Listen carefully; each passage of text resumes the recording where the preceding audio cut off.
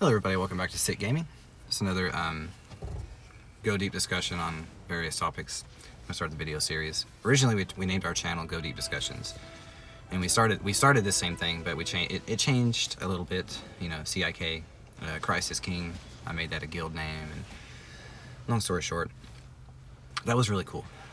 I thought it was unique and creative and cool and sick, you know, and then in a world that is ran with evil and untruth, you know, people who follow Christ in truth and love, obviously you would be treated like the sickness and like a virus. So that was the whole reason I came up with C.I.K Gaming. C.I.K Gaming. It makes cool, you know, it also makes cool, it just sounds cool. It rolls off the tongue well. And also clearly at least shows what I choose, because it is only God knows your heart, but it clearly shows what I choose to go forward with, which is Christ is King. That is the driving force behind everything that I do. And the relationship that I had with him, that I developed with him over the course of my life. Good talking points today with me and my wife, and some new things that have come up and happened.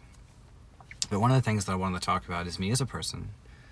I understand people have very different kind of like trigger points, or different things that affect you, or different things that bother you about different kinds of people. But what I wanted to talk about was what bothers me the most about men. And it comes from a combination of personal experience and also a theological difference between men.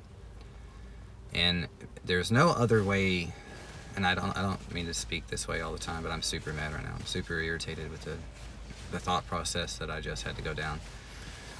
It's the men that are pussies. And I'll explain why. Pussy men.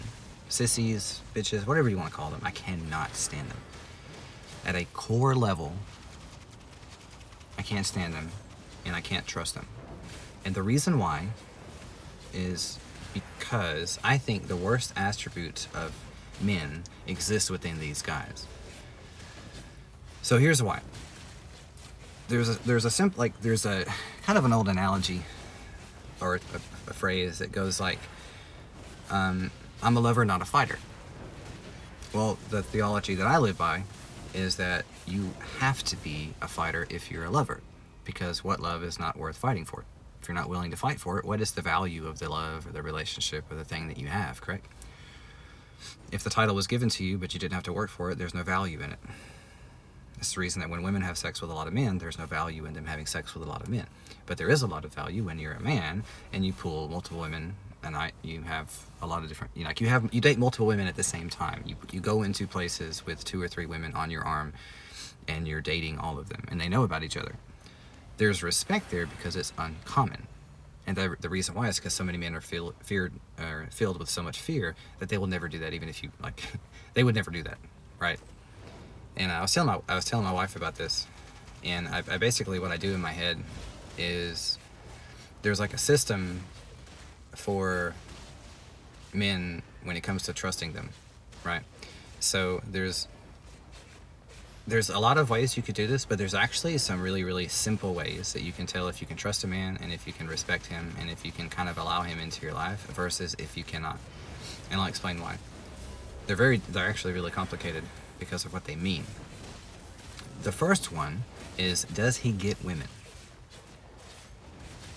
And I mean, not pick them up and have a bunch of baby mamas, not date a lot of women and then they never want to call him again, but does he have women, right? The difference is, as a man, because some of my friends, I don't want to name any names, but some of my friends, they had a lot of girls, they dated a lot of women, they were always dating somebody new, never for very long. It's like a new week, a new girl.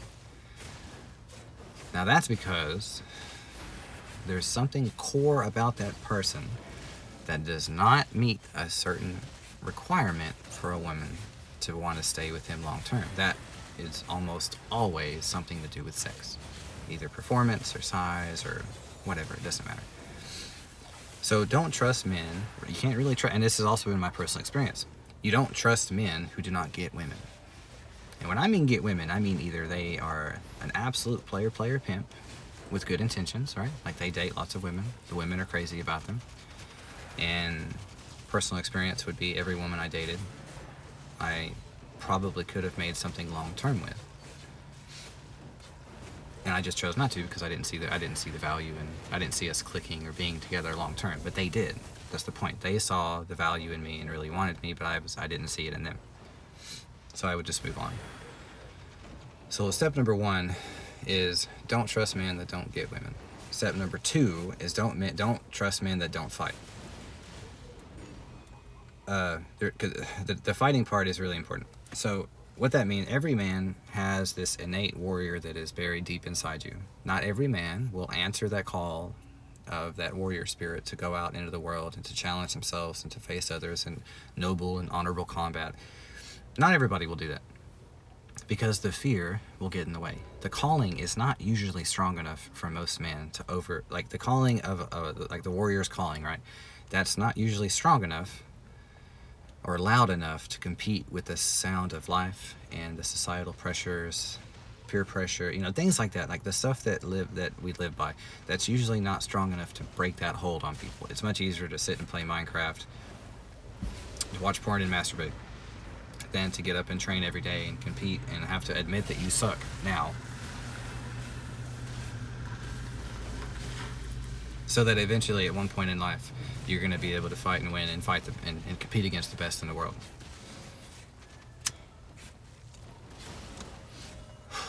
Ooh, irritated beyond fucking belief. Now, so the first one is we have don't trust men that don't get women, and the second one is don't trust men who don't fight. And then I guess the third one would be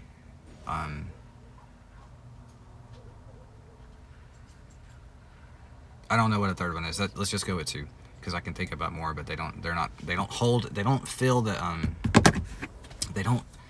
fit my narrative and my thought process as well as the first 2 do. Okay, here's the reason. Maybe a man who does love God, like really does love God, only trust men that really do love God. Like, this is a good viewpoint for women, but mainly it's to explain the general reasons as to why I don't trust these men. So here's why. Let's go with the women thing. So if you're let's just say you're a guy and you have a girlfriend and you have a friend. Your friend does not get girls. He doesn't pick them up. He doesn't have his own.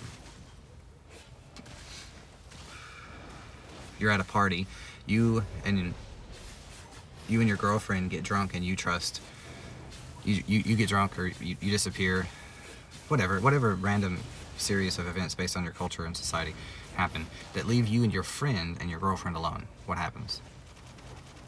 Right? The guy who has girls on the side, he's not touching your girl. The guy who's a fighter, who understands women, who understands the importance of men and other strong men, he doesn't touch your girl out of respect for you. The man who loves God sees the relationship and sees that you two are happy together, doesn't touch it, stays away from it. He respects when 2 people are come together, right? This includes married. This actually absolutely includes married women. And okay, and that would be reset here. Don't trust men that don't get women. Don't trust men that don't fight.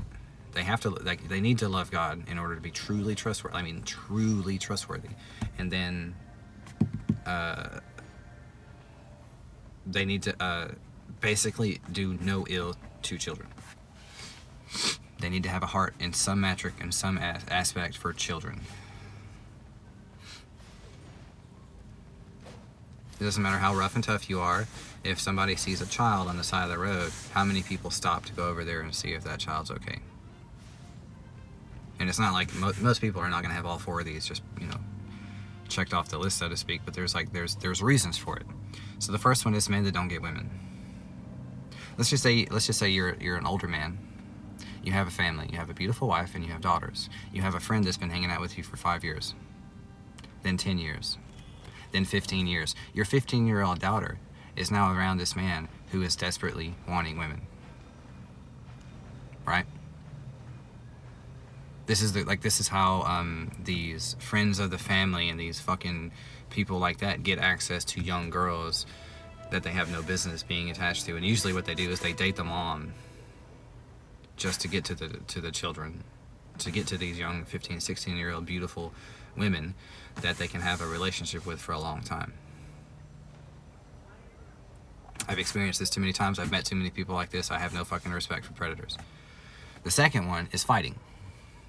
If you're not willing to fight in any metric as a man, you're a pussy. I can't trust you.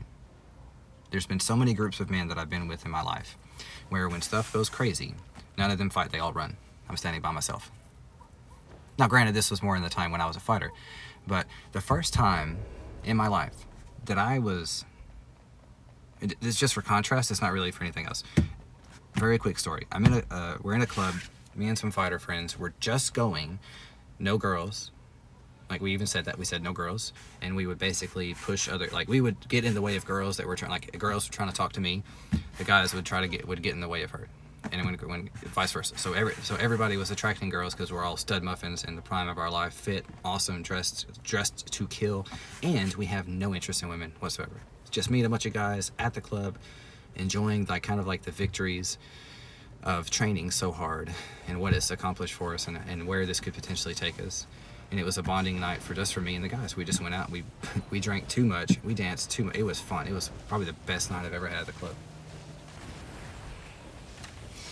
But the process... Sorry, 1 second. Adjust the phone. The process was really cool because over the course of the night, what ended up happening is I'm surrounded with these guys that I'm the leader of this group, if you want to call it that. I've established as the alpha dog, teacher, instructor, fighter guy. These three, well, except for one of them, he didn't respect me as much, but he was a fighter too. And I got a story for him later. He respected me after he tested me.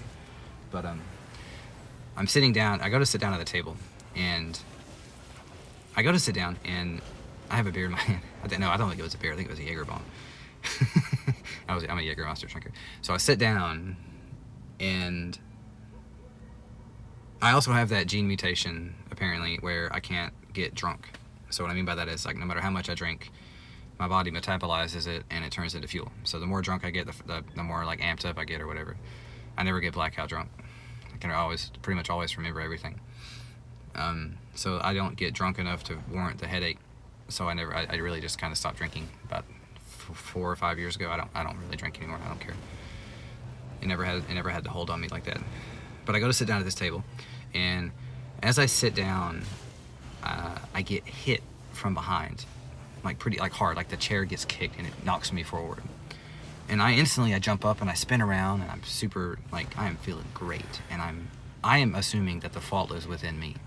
So I spin around and I say, dude, I'm so sorry. And I turn around, and it's a table full of guys. There's about 6 dudes at this table, and they're all, like, staring at me.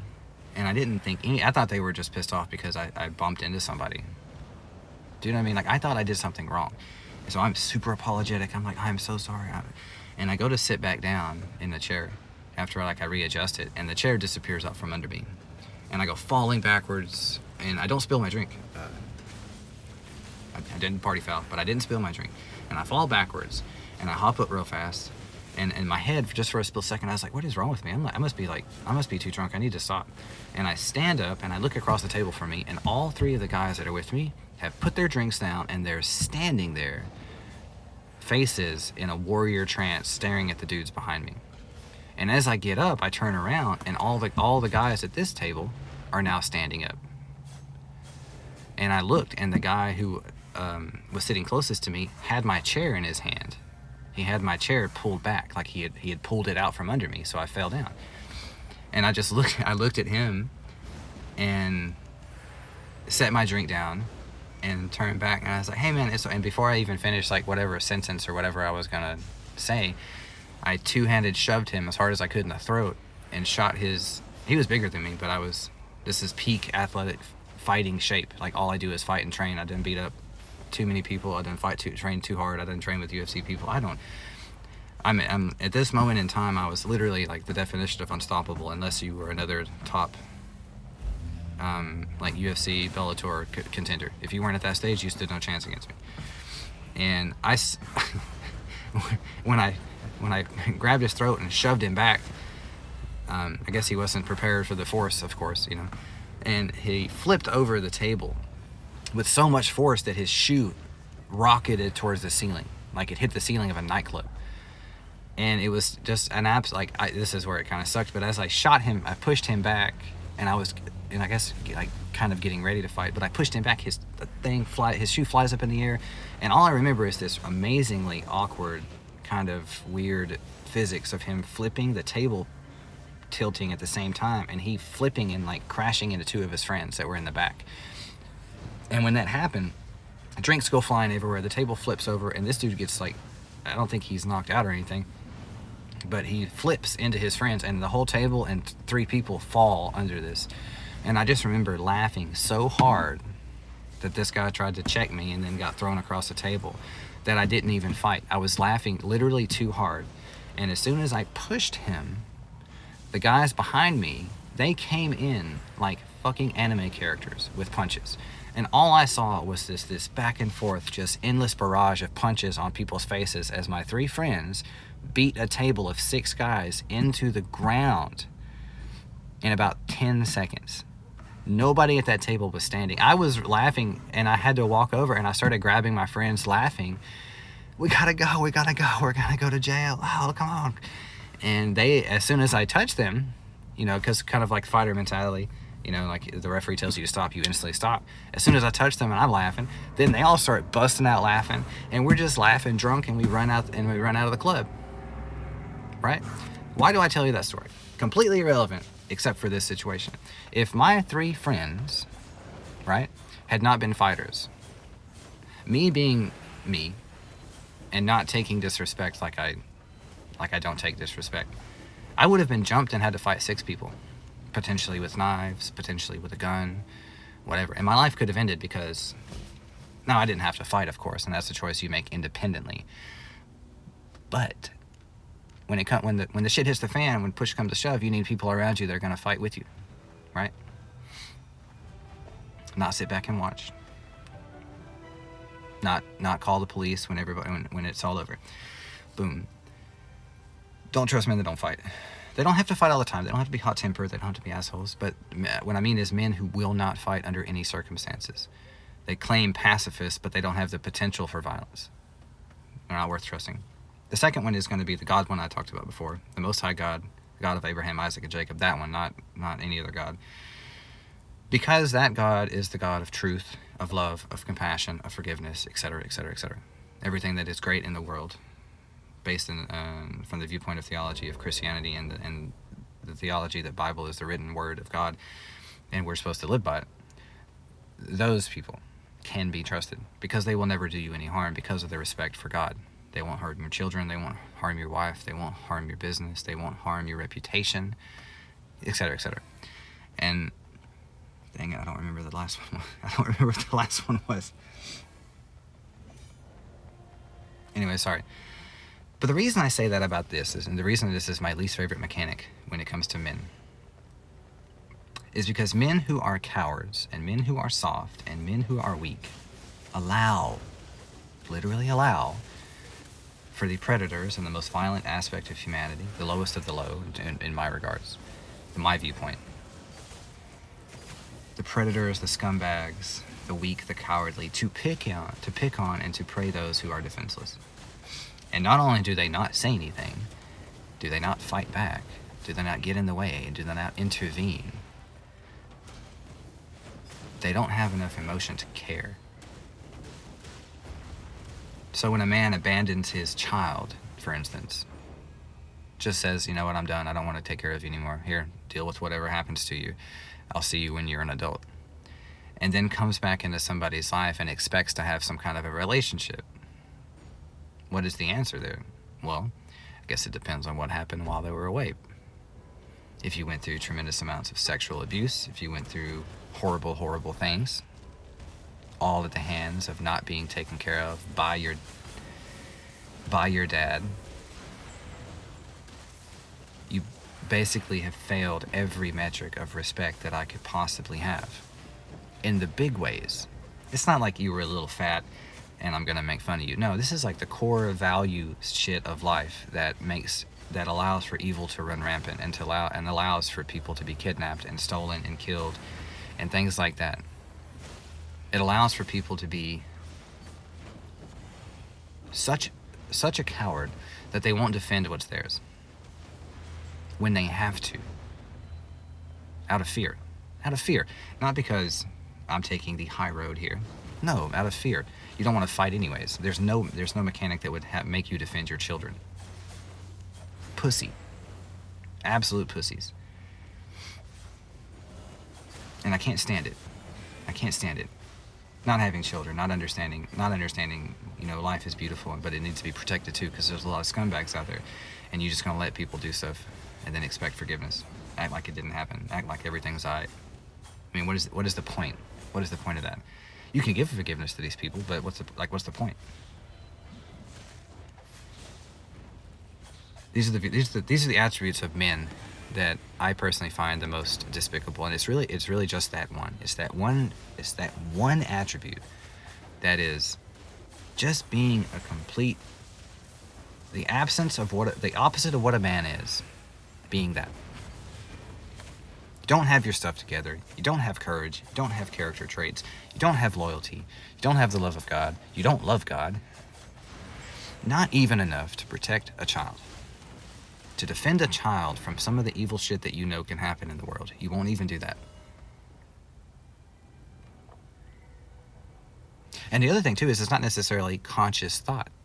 This is the bigger picture about this. This goes back to the entire idea of you'll know a tree by its fruit. You'll know somebody by the nature. It'll always come out in ways you can't quite, or maybe not always be able to apprehend and totally understand, but it comes out. And it's more apparent in a person's early life because the very nature of that person is revealed. Now, the nature of a person, I judge differently between men and women. I think women are way worse than men are, generally speaking. When it comes to their attitudes, when it comes to their emotions, when it comes to how they deal with one another and people in life, right?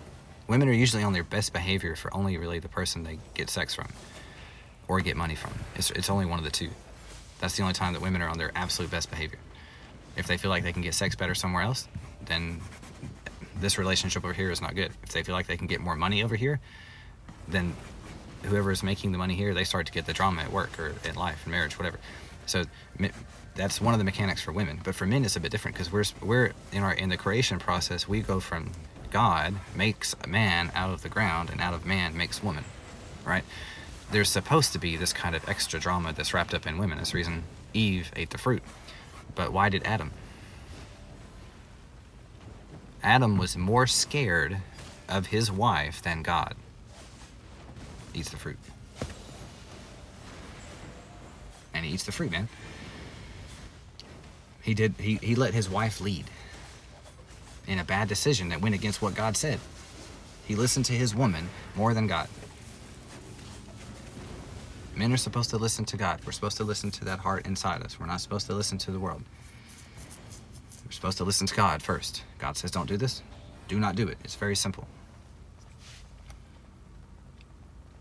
Doesn't mean that Adam's not worthy of respect or whatever, but there's like lessons to be learned from all of the past mistakes that people make, and then not make them now, not make them in the future. But I've realized something about people, which is that their nature never changes. Their nature never changes because they don't think that they've ever done anything wrong, and they don't think that they're ever going to get caught. So they can just coast through life without ever having to admit it. They can do some victim system about their childhood and how they just simply redid what was done to them. They can be super delusional in their viewpoint and the approach in which they take it. But generally speaking, they never change. Nothing happens. Their life looks different. Of course, as people get older, all of a sudden family is super important now. So they start trying to find other people's families to join and be a part of. They could steal the happiness from them. The energy vampire system I'm beginning to think that it's actually like an observable scientific formula that I'm going to be able to do experiments on or something. Because it seems like as soon as everything is going good, people come out of the woodwork wanting access to that new energy source that you have. It comes from God. It comes from the manifestation of you you know, living your life and doing everything in the way that you want to, living a good life, being hopeful and ambitious and ready to put into hard work and the grind for the next series of life and all this. And then all of a sudden these people that just pop up out of nowhere and want access to your energy and want access to that drive and want access to your time. And I'm like, no, man, fuck y'all. No offense, but you don't need money. You don't need help. We got stuff to do. We don't have time for y'all. We don't. Like, I don't have time for anybody else outside of my family at the moment. My number one obligation is to my children and to my wife. Outside of that, because I'm married and I have children, that's from my obligation, especially within the kingdom of Christ. Who is more deserving of my time than my children? Who is more deserving of lessons and effort and work and fun than my children? Right? That's the reason none of the apostles had children. That's the point. Once you have children, that becomes the soul of your obligation to continue on the kingdom of Christ. Everything else is automatic. Being, you know, if you see a homeless person, feed him. Like, I don't understand why that's even like I don't fucking understand. Oh, there's a homeless person that needs shoes. Let's walk past him. Let's pray God will give him shoes. No. If you don't have money to give him shoes, go home and get some that you can spare. Or save up, or scrounge some change together. Do something, you know? Like, you can't let a guy walk around with no shoes on. If you see a need, we're supposed to meet it. It's really simple. But these weak men, man, they do. Oh my God.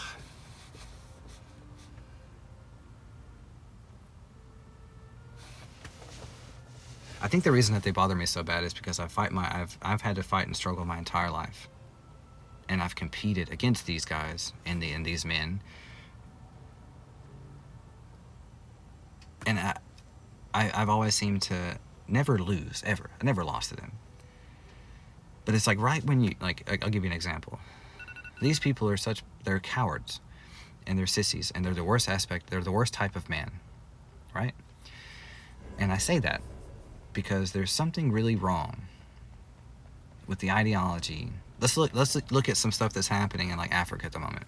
To me, there's something really, really, really wrong with the idea of a man owning somebody and then selling them to people who want to do evil stuff.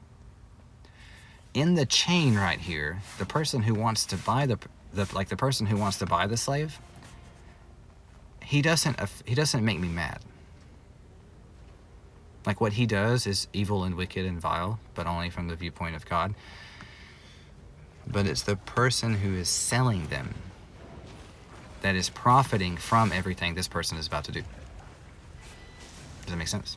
So this person is basically getting rewarded now for the trauma and the terrors that are going to be bestowed on these people later.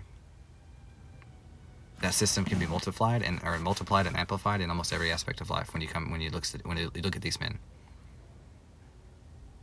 And they never actually have to typically deal with the stuff that they do or they allow to happen. Because what happens, that's exactly what it is they allow this stuff to happen by basically not being there. It's the Boondock Saints theory. All it takes for evil to win is for good men to do nothing. That's it. No prayer, no action, no love, no decisiveness. And the only time this matters is with your children. So if you fail your children, then you basically failed in the biggest way possible, the kingdom of God.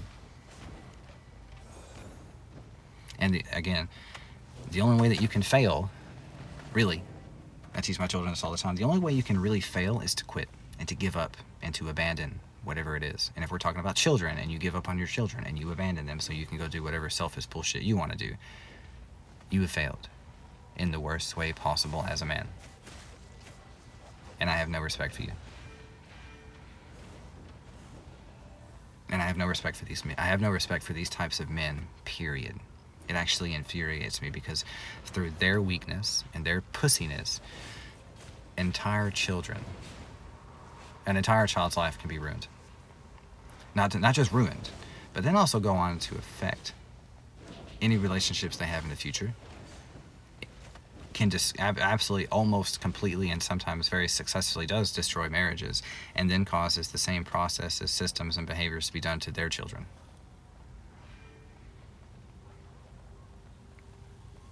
So, with that being said, Whew. I guess the only thing left to say to those kinds of men is I will pray for you. And I hope God can change you, and I hope everything can happen. But generally speaking, man, fuck you.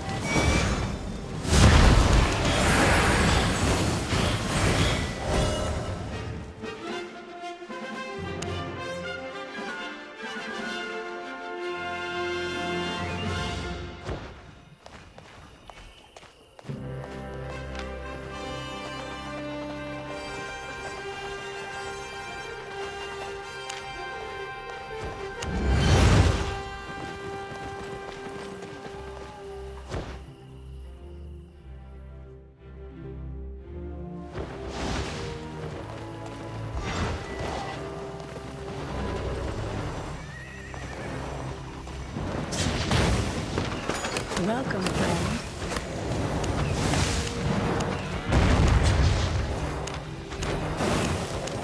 My pleasure.